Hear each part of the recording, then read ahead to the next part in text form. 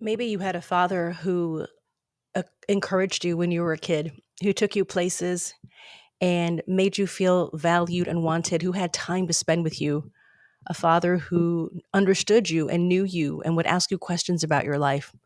This video is for the rest of us. For the longest time, Father's Day brought back more memories of loss and sadness and disappointment, even anger, actually, and rage, than it did anyone's of warm, fuzzy Hallmark feelings. And there were days when I would stuff dim sum down and feel like everyone else is laughing truly with their father, and I am just faking it, trying to make it. And I want you to know that if you did not have the ideal relationship with your father as a young child or even now, you are seen, you are heard. I get it. I have spoke to probably 2,000, 3,000 individuals, mostly of Asian American descent. Some of them are European immigrants. A lot of them are African American women and men. And a good father is hard to come by. And many of us are still stumbling, crawling through life with the effects of the damaged relationship that we had growing up. And I want you to know, you don't have to fake it, and you don't have to pretend that you have warm fuzzy feelings and that you are grateful and there's tons of gratitude. You may not be there yet in your journey. And the reason I'm recording this video is I had an overwhelming sense of burden and wanting to reach out to those of you who are still experiencing the effects, right, of having a traumatic childhood. Many of us grew up with a tiger mom who, she was loud. She was very controlling. She said a lot of things to us that didn't make us feel good. Why are you so fat? You can't wait. Did you take your vitamins? Do your homework? All that stuff. And we had a quiet or even invisible absent dad. And we always thought he was the good parent, right? However, it wasn't until I was in my 30s or 40s that I realized he was complicit. My mother was not an easy person to grow up with and to live with by any means. And when I finally realized that and tried to tell my dad and to make sense of all this growing up, he sided with my mom. And I was always confused, and I felt like maybe I was wrong. Maybe I was the ungrateful child. Maybe I was the person who was wrong and was ungrateful, unhappy, and somehow depressed, anxious person by nature. And I spent many years, probably 10, 15, trying to make sense of that in my life. And I'm in my 50s now, and it finally, I can see that there's a lot of trauma. There's a lot of unhealthy behaviors in my family. There's a lot of pain and covered up emotions. Sometimes there was a lot of just direct meanness and selfishness in my family.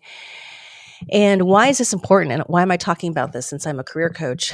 This affects your career, right? If you had a dad who was absent or was super critical or had high standards that you felt was always disappointed in you, you probably are a people pleaser, work very hard, and try to find value in your worth in other areas of life. And for many of us who are Asian descent, we find that in our work. It's an addiction, isn't it? It's a way for us to numb things out and to feel like we matter. Because really, in our parents' eyes, we didn't feel like we mattered. We didn't feel like we were wanted. We didn't feel seen and heard. And so many of us stay stuck in our jobs, hoping that a boss is going to recognize us, hoping that our work, our achievements will cover up for the fact that we didn't get unconditional love from our parents. And I'm not here to diss anybody, especially not my own parents, but I'm just talking about reality, right? It's very hard in this world to feel and experience unconditional love. And so many of us grow up with gaps from our childhood, and we continue, if we aren't aware, we continue to try to make up for the loss of love, the loss of connection, the loss of meaning through doing other things. And for me, that doing other thing was pleasing other people, overcommitting, overachieving in areas that I didn't even care about. So you're very good at overachieving in areas that matter to other people. But when it came to myself, I didn't know how to uh, advocate or even know what I wanted to make my life happy. And so this day, Father's Day 2024, might be full of feelings of loss, of confusion, even of sadness. And I want you to know three things. One, you don't have to pretend. You don't have to pretend that everything's fine. Number two, you don't have to feel like it's your fault. Like if I was a better child, if I knew if I had done things right, I would have been loved more. No, probably nothing to do with you. And then number three is you don't have to be alone. Many of us feel ungrateful for having these feelings, and we don't have an outlet. We don't have a group or even one single friend that we've ever told this to, and we feel even selfish or guilty for having these feelings. And I want you to know that there is another side of life that you can experience. I've crossed that bridge, which is acceptance and making peace with the fact that I didn't have the best childhood and that my dad and I don't have the best relationship, and it will never get better. That point where you finally change and where you cross the bridge to the other side, which leads to joy, which leads to new opportunities, which leads to fulfillment without having to carry the baggage of all this trauma, is when you accept that what happened to you was your past. But the good news is you can start a new chapter.